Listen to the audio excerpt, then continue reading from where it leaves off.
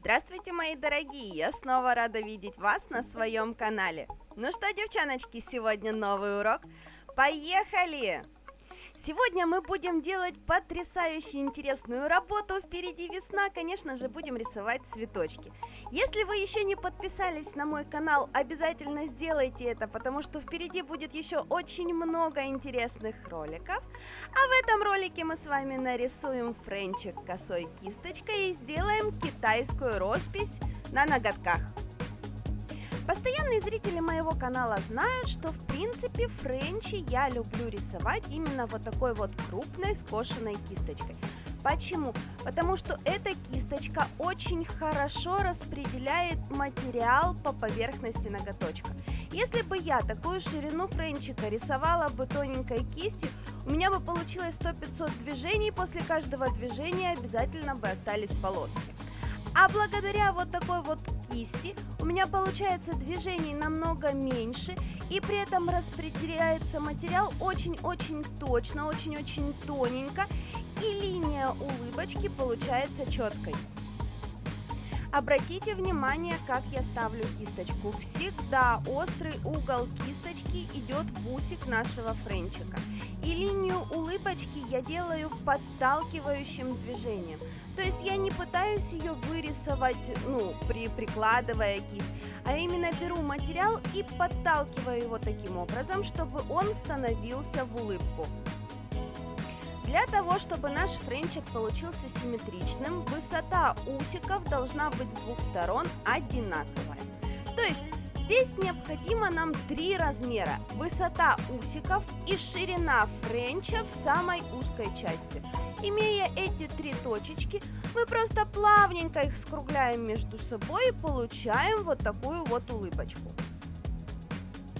Во время съемок этого ролика мы с клиенткой обсмеялись, потому что какая-то летучая фигня решила стать звездой Ютуба. Она постоянно лезла к нам в кадр, мы ее гоняли, в общем, ничего у нас не получилось. Но, девочки, я же говорю, весной запахло, цветы рисуем. Вот на цветы-то эта летучая фигня и прилетела. Если на первом слое мы вырисовывали линию улыбочки, делали френч симметричным, все это делали красивенько, на втором слое мы просто добавляем плотность цвета. То есть, чтобы наш цвет был равномерно плотненький, потому что эта кисточка очень тоненько раскладывает материал, и в один слой он, скорее всего, у вас будет светиться. Вторым же слоем вы наносите плотность материала, но при этом френч у вас останется тоненьким, если материал ваш достаточно плотный.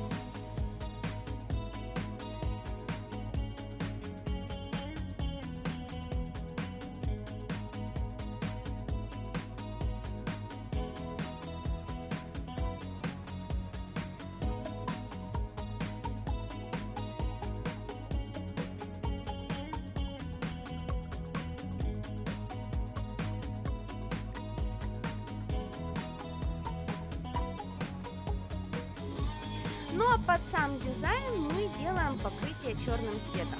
В данном случае я предлагала клиентке взять оттенок чего-нибудь посветлее, но ей захотелось именно вот такого вот черного оттенка, потому что на нем цветы будут смотреться намного ярче.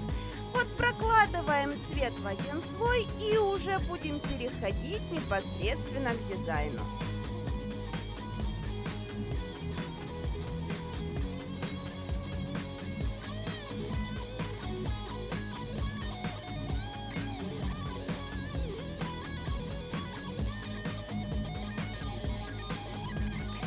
Для того, чтобы мазки китайки получались плавненькими, красивыми и интересными, перекрываем ноготочки матовым топом. Благодаря вот такой вот матовой поверхности красочка будет распределяться вообще отлично.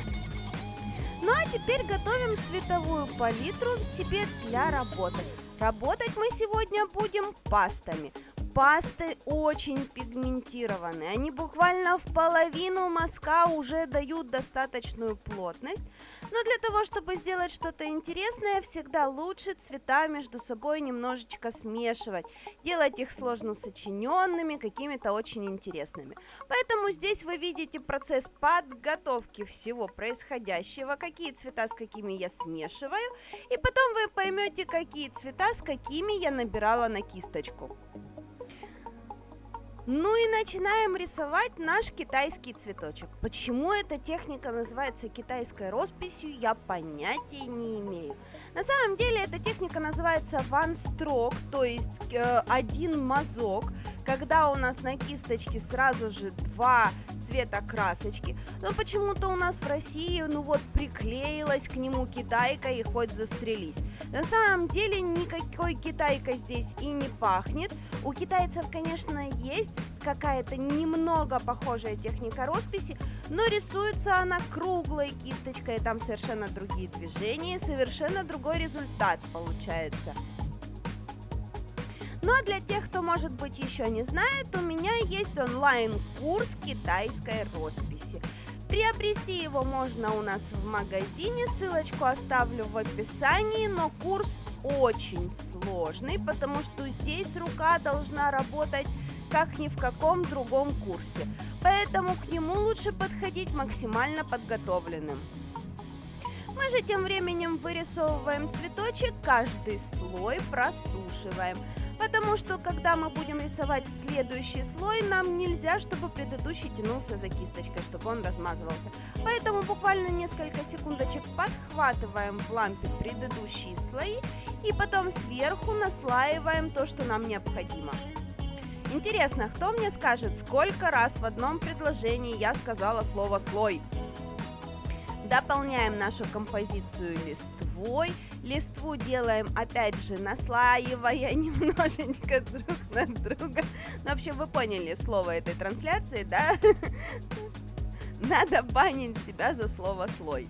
Итак, рисуем листья, делаем их максимально объемными. Если нам необходимо, проложим еще кое-где светотеневые моменты, возьмем цвет немножечко посветлее. Здесь клиентка мне решила чего-то там рассказать, что ей хочется бутончик еще на соседний пальчик.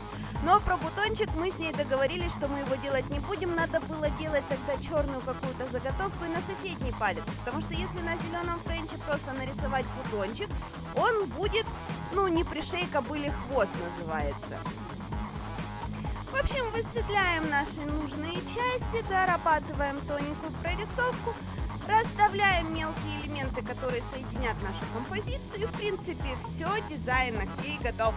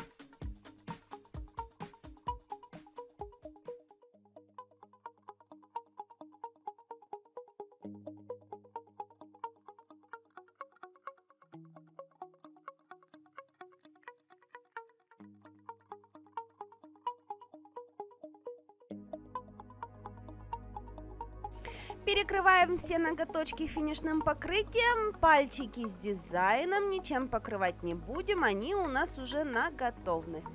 Вот такие ноготочки у нас получились. Надеюсь, вам понравилось. Надеюсь, вам было полезно. Не забудьте подписаться на канал и поставить лайк. Мне будет безумно приятно. Мы же увидимся с вами в новых уроках. Всем до новых встреч. Пока!